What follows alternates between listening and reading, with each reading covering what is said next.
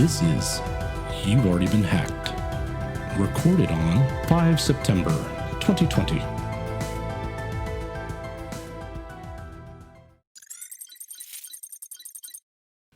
This week, we're starting off with a blog post from Microsoft stating that Russian hackers and others are targeting the US presidential election. In the post, Microsoft wrote, it has detected cyber attacks targeting people and organizations involved in the upcoming presidential election. Microsoft has seen malicious activity from hacking groups operating from Russia, China, and Iran. These attacks are targeting the candidates themselves as well as their staffers and those they consult with on key issues. We remember this happening back in 2016 when APT28, or Fancy Bear, wreaked havoc on the 2016 election, going after the DNC, Hillary Clinton's campaign, and publicly leaked their, let's call them, proprietary information. Ever since then, we've been waiting for the next round of this, and here we are in 2020, and according to Microsoft, Fancy Bear has been ramping up its election-targeted attacks for the past full year.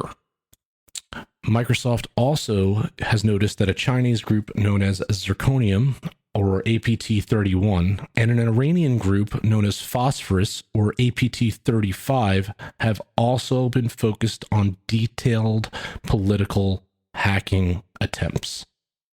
Zirconium has been involved in 150 successful breaches of organizations in the last 6 months, according to Microsoft. Of note, Microsoft is stating that APT31 attempted to target and is still attempting to target the Biden campaign, however, not yet successfully, and as well as one individual formerly associated with the Trump administration.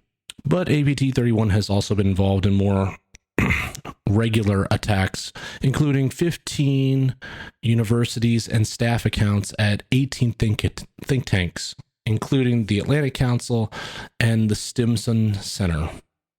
The post went on to state that the Iranian campaign has been targeting the 2020 elections as well, with multiple members of the Trump administration and campaign staff targeted this past May and June. Those particular targeted attacks were not successful, at least as far as we know. Moving on. Government-funded mobile phones in the US come preloaded with code that uploads adware. Some mobile phone providers to low-income users under the US government's Lifeline program are preloaded with malware. A device examined by a researcher at Malwarebytes was found to contain code that uploads aggressive adware that displays pop-up ads that cover the phone's screen, obstructing their use. The apps that upload the adware cannot be removed from the phone without rendering it unusable. Adware by itself is not the problem. Because the phones and their service plans were subsidized by a US program, taxpayers were funding the data that was used to display the promotional campaigns. On top of that, the adware prevented the phones doing their intended job, keeping low-income people connected to vital services via the phone and internet. I want to stress, though, that this is not just a US-centric problem. There's evidence that has been found that suggests pre-installed malware plagues inexpensive phones around the world. Countries such as Africa have a very similar problem to what we are talking about here. NetWalker's ransomware has infected a government agency in Argentina.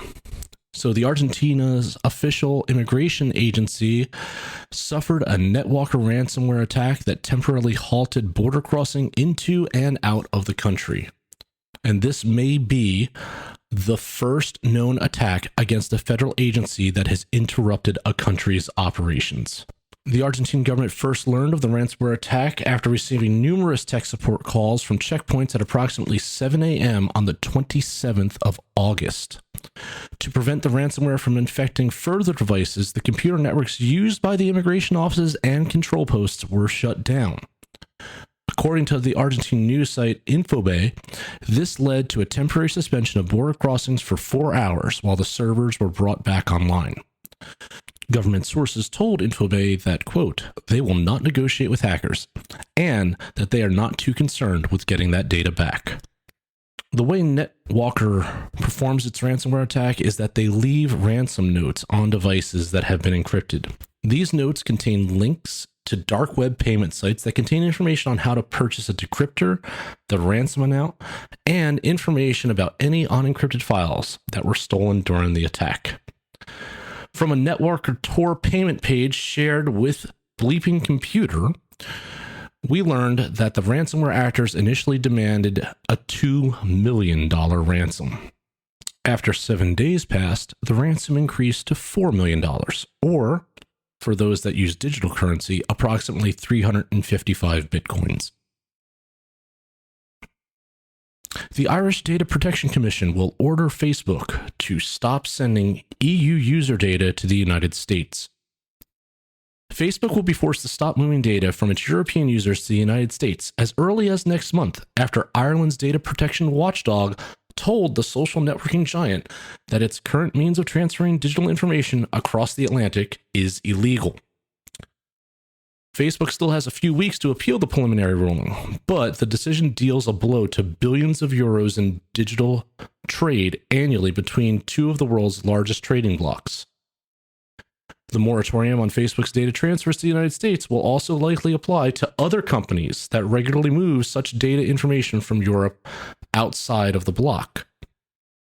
This pending decision could allow EU citizens greater security, or at least perceived security, that their data is not being collected by US intelligence agencies, and that the use of the world's largest social network is likely to not be affected, at least in the short term. Some questions remain about how those users' data will be handled when they interact with other users outside the 27-country bloc in the EU. Say, sending a friend request or an Instagram comment to a friend or family member in the United States. Any deal that could arise out of this court ruling that does not significantly bolster the protections of Europeans' data from the United States snooping is likely to get struck down by the courts. EU officials have said that a new deal may need legislative changes from the United States to avoid further legal uncertainty. However, the United States is saying it's impossible to get such legislative changes through Washington before November's presidential election, and question how feasible it will be to rewrite U.S. laws to appease European privacy standards. Now, all of this, for those that may not be aware, is coming out of the GDPR, or the General Protection Data Regulation that the EU implemented just a couple years ago. A Pakistani power company has been hit with ransomware. Systems at K Electric, the company that provides electricity to Karachi, Pakistan, were infected with our friends at NetWalker.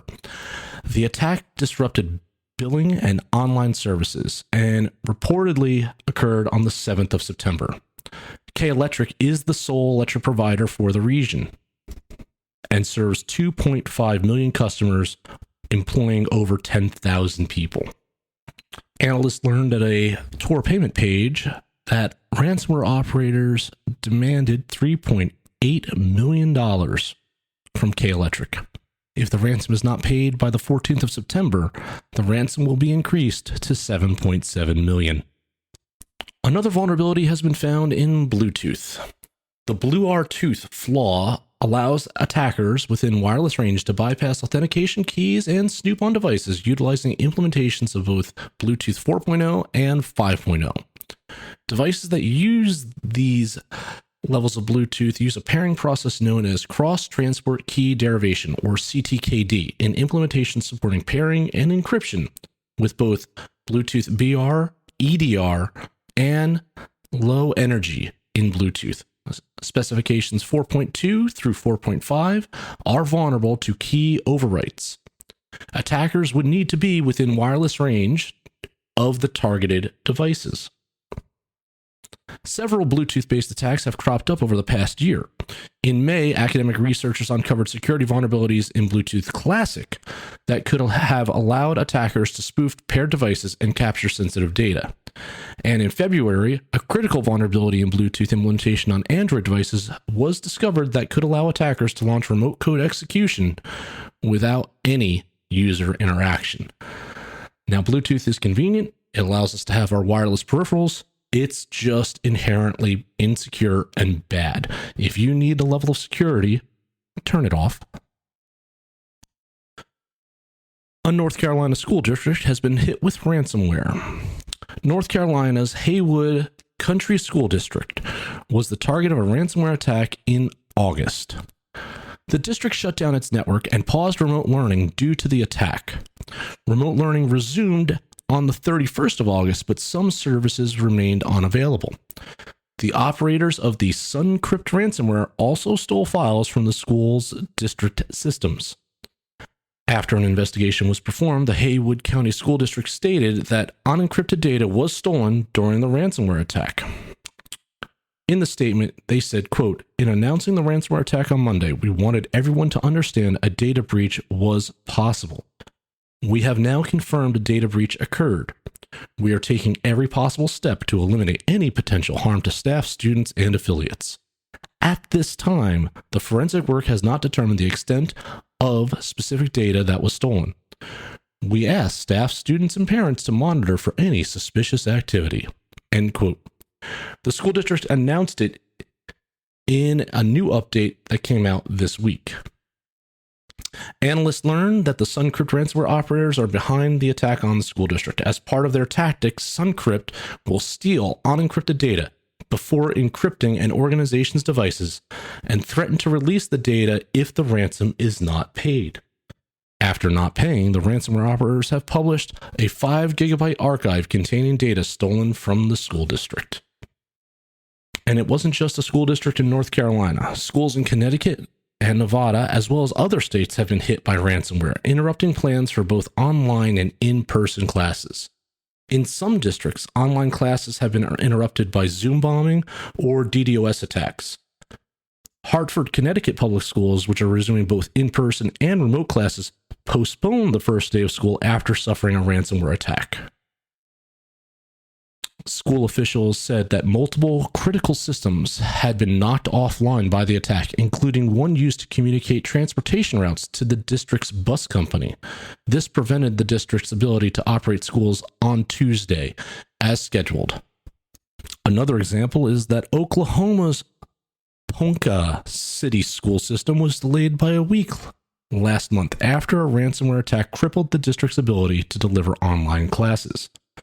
Now, this is happening because we have been forced into a reality where online and remote learning or remote work at large had to happen at a scale that it previously was not.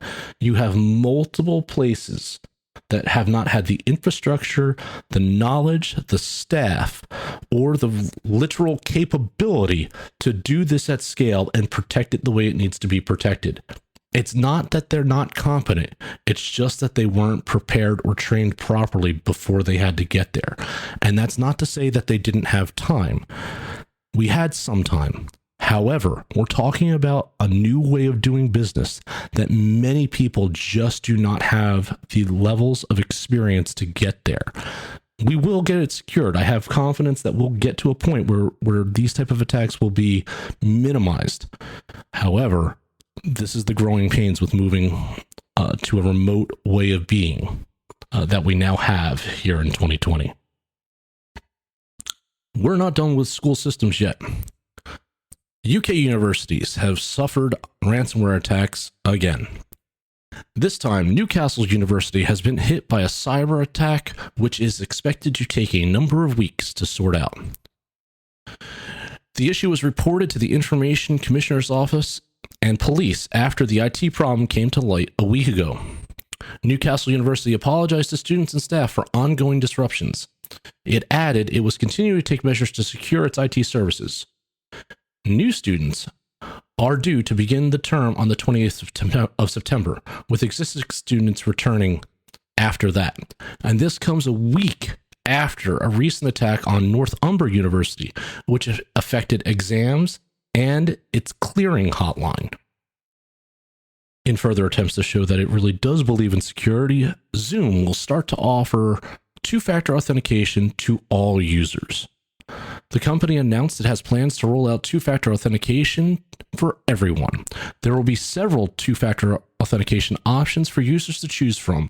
Authentications apps like Google's Authenticator, Microsoft Authenticator, free OTP, or a code from Zoom sent via SMS or a phone call, so it should be relatively easy for anyone to implement.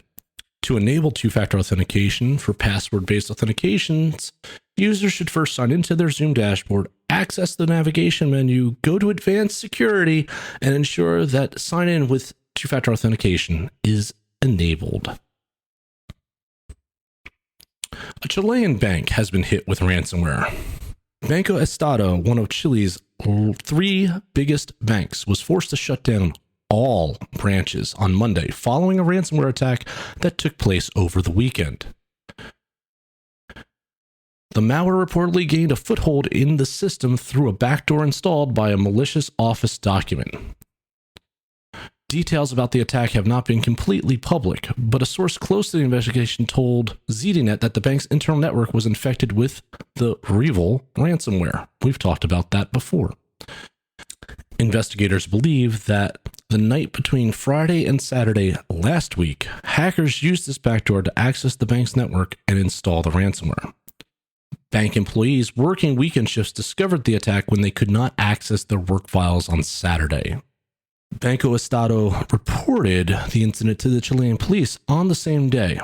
The Chilean government sent out a nationwide cybersecurity alert warning about the ransomware campaign targeting the private sector. While initially the bank hoped to recover from the attack unnoticed, the damage was extensive, with ransomware encrypting the vast majority of internal servers and employee workstations. The bank publicly disclosed the breach on Sunday, but as time went on, bank officials realized employees would not be able to work come Monday morning and decided to keep branches closed while they recover. The silver lining here is it looks like the bank had done its job and properly segmented its internal network, which limited what the hackers could encrypt. The bank's website, banking portal, mobile apps, and ATMs were untouched, according to multiple statements released by the bank, in order to reassure its customers that their funds were safe. The REvil ransomware gang is one of the few groups that operate a leak site, where its leaked files from networks it breaches are posted.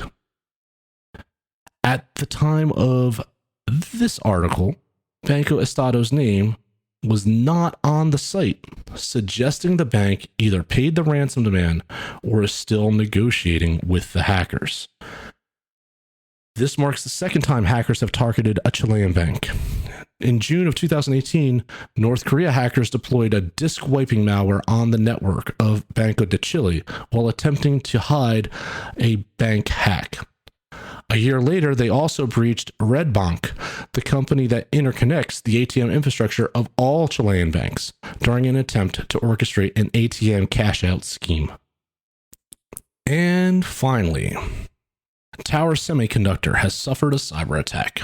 The Israeli chip manufacturer Tower Semiconductor said on Sunday, the 6th of September, some of its systems were hit by a cyber attack, and as a result, it was putting on hold some servers and manufacturing operations.